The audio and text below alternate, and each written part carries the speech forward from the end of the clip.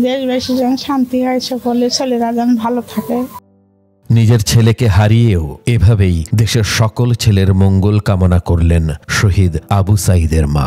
ছেলের মতো মাও যেন অন্যের সুখেই নিজের পূর্ণতা খুঁজে পান। আমার ছেলে আজ নাই, আমার এটাই মনের দুঃখ।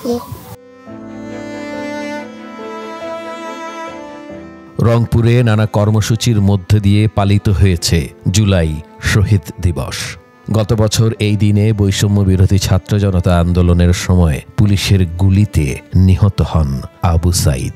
তার স্মরণে দিনটি শহীদ দিবস ঘোষণা করা হয়। যে আমরা যেটা প্রত্যাশা ছিল যে দ্রুত সময়ের মধ্যে অন্তত শহীদ আবু সাঈদের হত্যাকাণ্ডের বিচারটা আমরা দেখতে পাবো, সেটা শুধু আমাদের না, এটা পুরো দেশবাসীর প্রত্যাশা ছিল। কিন্তু আমরা কি অদৃশ্য কারণে এত সময় লাগলো তদন্ত করতে আমরা জানি না। মাত্র 6 জনকে গ্রেপ্তার করা হয়েছে, বাকিরা এখনও ধরাছোঁয়ার বাহিরে। আমরা এই অন্তর্বর্তীকালীন সরকারের কাছে প্রত্যাশা করি এই সরকার থাকা অবস্থায় এই জুলাই বিপ্লবের সকল শহীদদের বিচার তারা করবে। দিবস ঘিরে আয়োজিত অনুষ্ঠানে আইন উপদেষ্টা বলেন, দ্রুত আবু সাঈদ হত্যার বিচার দেখতে পাবেন তার বাবা মা ও দেশবাসী। বিচার কাজ আপনাদেরকে আমি নিশ্চিত করছি পূর্ণ গতিতে এগিয়ে চলেছে, এখানে কারো কোনো রকম গাফলতি নাই। আপনাদের শুধু একটা জিনিস মনে করিয়ে দিই, শেখ হাসিনা কথায় কথায় তার বাবার মৃত্যুর কথা বলতো। সেই বাবার মৃত্যুর হত্যাকাণ্ডের যে বিচার, এটা করতেই উনার আমলে 3.5 বছর সময় লেগেছিল। 3.5 বছর। আমি নিশ্চিত, আমার দৃঢ় বিশ্বাস, আমাদের সরকারের শাসন আমলে আপনারা আবু সাঈদ হত্যাকাণ্ডের বিচার দেখে যাবেন।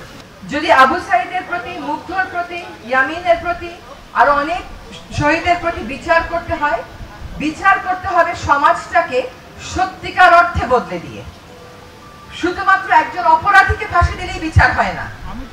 যদি সত্যিকার অর্থে বিচার চাই, তাহলে আমাদের বৈষম্যহীন সমাজ গড়তে হবে, তাহলে আমাদের ন্যায় এবং সমতা ভিত্তিক সমাজ গড়তে হবে, দুর্নীতি বিরোধী সমাজ গড়তে হবে, সুশাসনের সমাজ গড়তে হবে।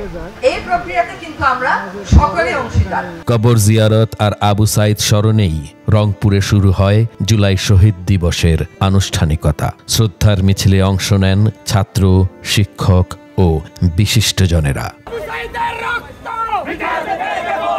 আবু সাঈদের বাবা মা ছেলে হত্যার বিচার এবং তার সম্মানে এই দিবসের স্বীকৃতির দাবি জানান।